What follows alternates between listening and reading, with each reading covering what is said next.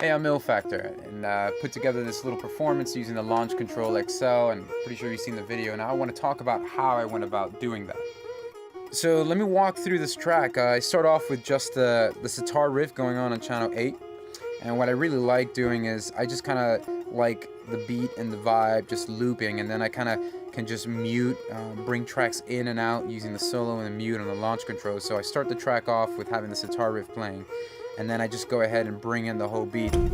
That's tracks 1, 2, 3, 4, and 5 by just going ahead and unmuting them at the same time. And what's cool about using it live is I can record all that while I'm doing those drops, so I can actually capture that whole performance right then and there. It's a really cool dimension to my workflow. So I bring in the drums, and then I start bringing other musical elements. I kick in the bass in here, start messing with the levels. I start doing some hard panning left and right to some of the loop elements. And then I switch over to user mode. And I kind of mapped the record arm button here in user mode to record a clip for channel 6 with this cool little synth stab that I created that you'll find in the set. So what I do is once I hit that, it's going to record on the next bar.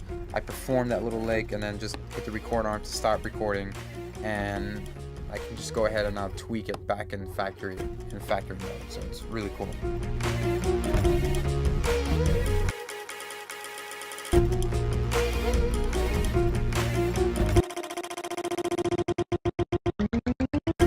Right out of the box, when you plug this in, immediately it's recognized by Ableton Live, and it just snaps right to your session, which is great.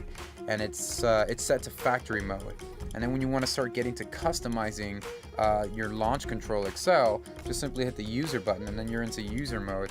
And this can pretty much be mapped to anything you want. And so what I did for this session is I wanted to kind of have some freedom and control to do some really cool cuts and beat repeat stuff on the fly. So I mapped my last fader 8.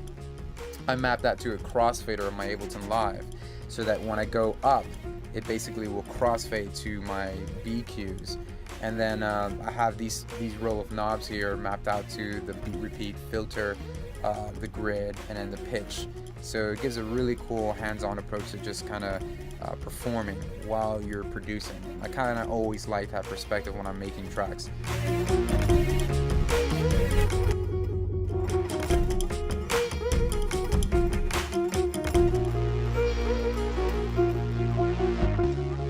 What's really cool, and one of the highlights of this device is this device button.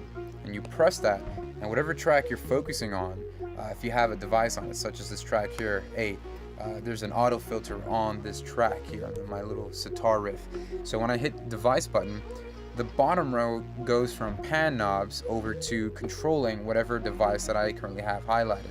So this is automatically assigned to the filter frequency, so I can automatically go to work on the filter frequency that's on a device. And if I want to go to another device, say a delay or compressor, just hold the device button down and just press right or left to switch between devices. So it's a really cool feature about this unit.